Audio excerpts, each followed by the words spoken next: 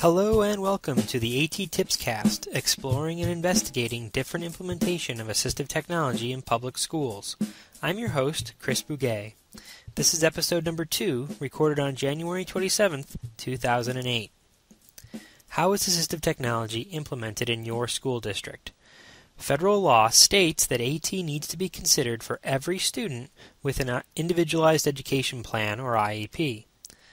It seems like different districts have taken different approaches to address assistive technology for their students.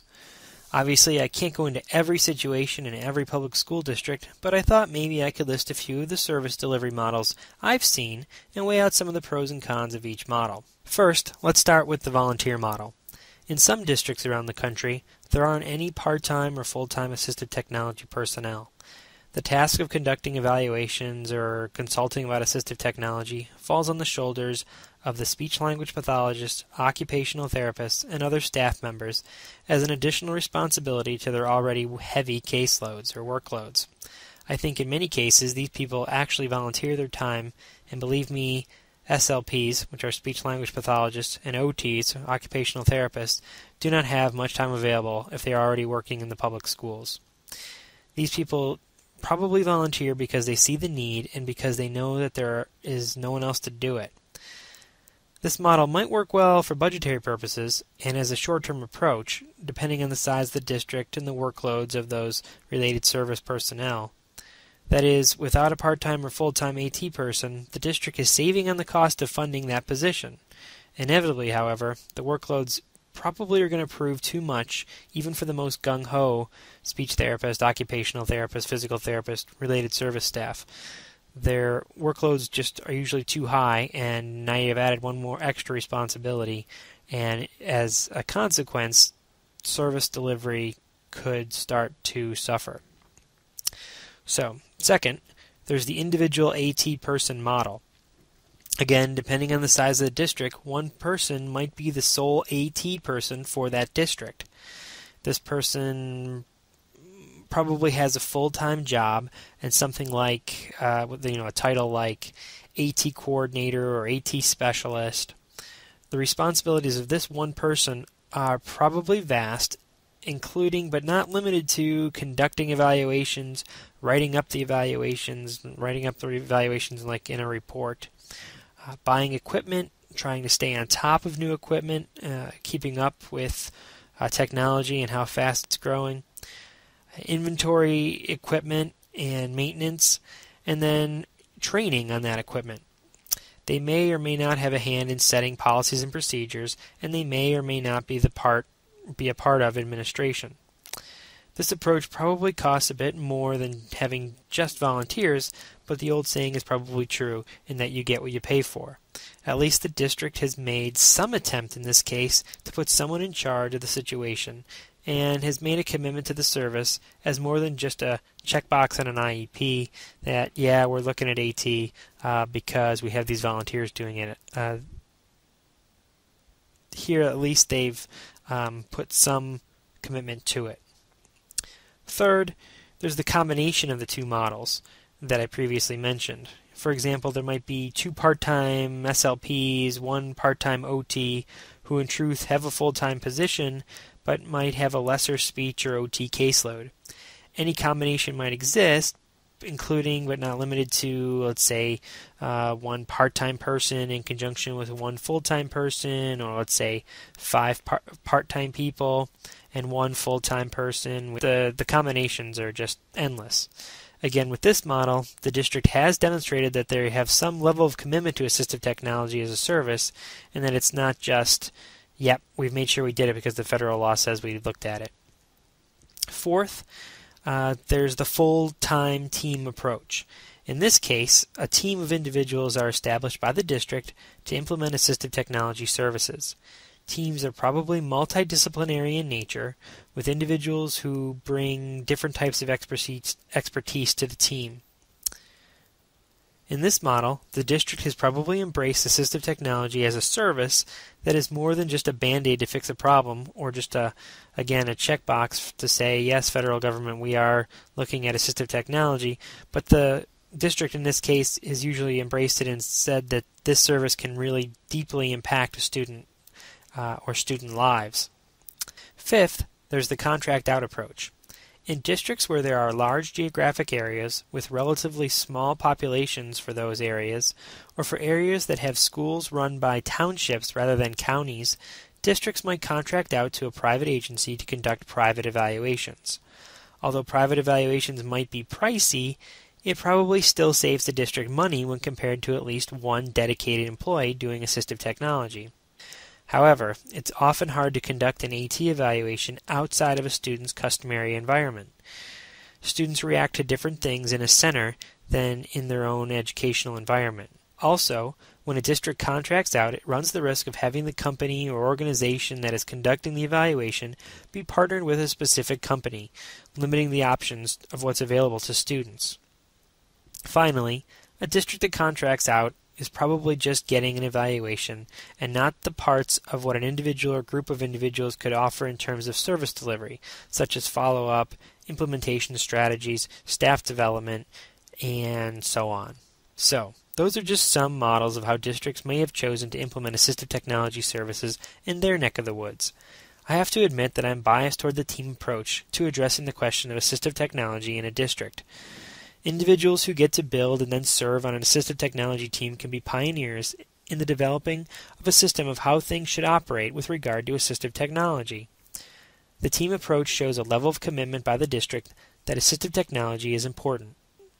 If you have a different model of service delivery for assistive technology that I didn't mention, or if you match up with one of these models, I would love to hear about it. Please drop me a line at A.T.TIPSCAST@gmail.com. There are no periods after the A or the T in the email address. It's just all one string of letters. A.T.TIPSCAST@gmail.com. Now for the AT tip for episode 2, using the sound record feature of Microsoft Word.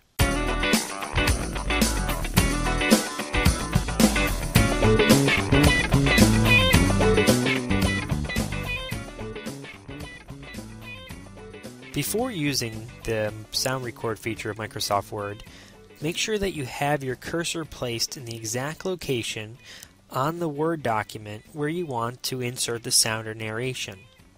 Then, up on the top toolbar of Microsoft Word, click Insert Object and a window will appear. Make sure that you've selected the Create New tab, and then under Object Type, scroll all the way down until you get to Wave Sound. Go ahead and scroll all the way down because it's going to be one of the last things to choose in that list. Then go ahead and select OK. The sound recorder will appear. It'll say Sound Object in Document Name up at the top of this new thing that pops up, this new window. Using a microphone that you've plugged into your computer, record your voice. Start by clicking on the record button, which is that red circle button, and when you're finished recording, click on the stop button, which is the rectangle button. Then go back to your Word document and you'll see that a little icon has appeared that means, hey, you've recorded something. Go ahead and double click on that icon and you'll hear what you've recorded. If you don't like what you recorded, you can right click on the icon and select delete, or you can highlight the icon and cut it or delete it that way as well. Using this strategy, teachers can record instructions so students can listen to those instructions over and over again. They could record test questions so students with reading difficulties can be actually quizzed or tested on the test question and the content rather than their reading ability. Teachers can record reminders or helpful hints such as, Johnny, don't forget to capitalize, if that's something that Johnny always forgets to do. Or teachers could record study tips such as, okay, remember this one is Roy G. Biv. Roy G. Biv. We've been working on that all week. Don't forget that it's Roy G. Biv. In this way, you're giving a study tip that you've been working on or a mnemonic, but you're not really giving the answer to the student. Teachers could also record spelling tests and turn off the spell check of Microsoft Word for a student that is absent for a day, or better yet, have another student record the spelling test so that a teacher doesn't have to give it over and over and over again. The real power of this strategy, though, comes with what a student can do with it. Students could take this strategy and use it or apply it to content, quizzes, or tests.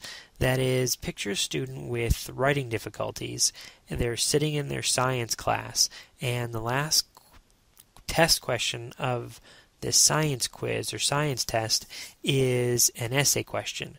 Well, the student with the writing difficulty might know the answer, but have difficulty actually physically writing that out. So maybe the teacher has made an accommodation where the student has to get up and go and talk to that teacher privately and explain the answer to the test. Well, this is an alternative way of doing it. The student could go to the computer, record their answer that way, orally or auditorily. The other thing it could be used for is for the student who's struggling writer. Maybe this student gets hung up when they have trouble getting their thoughts down on paper.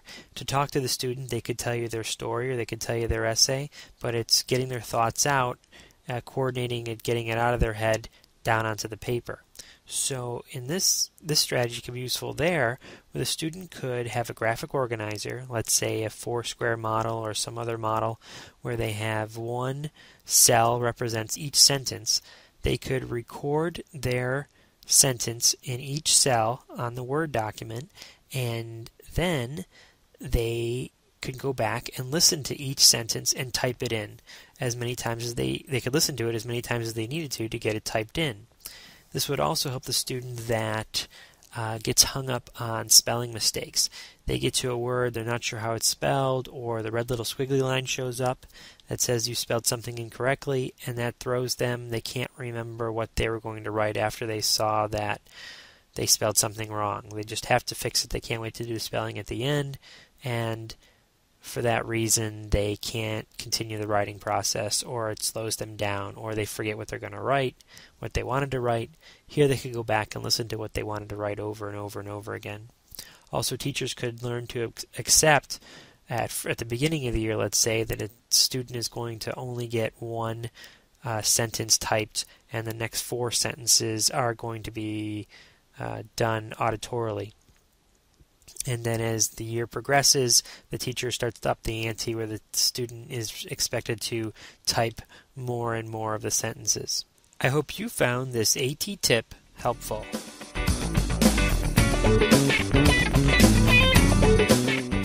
That about wraps it up for this episode. If you have any topics for episodes that you would like for me to discuss, or if you have questions or really anything at all, please email me at A.T.TIPSCAST@gmail.com. You can also access the compendium blog for the A.T.TIPSCAST by going to A.T.TIPSCAST.wordpress.com. Until next time, may all your interventions be inclusive, and may all your strategies be supportive.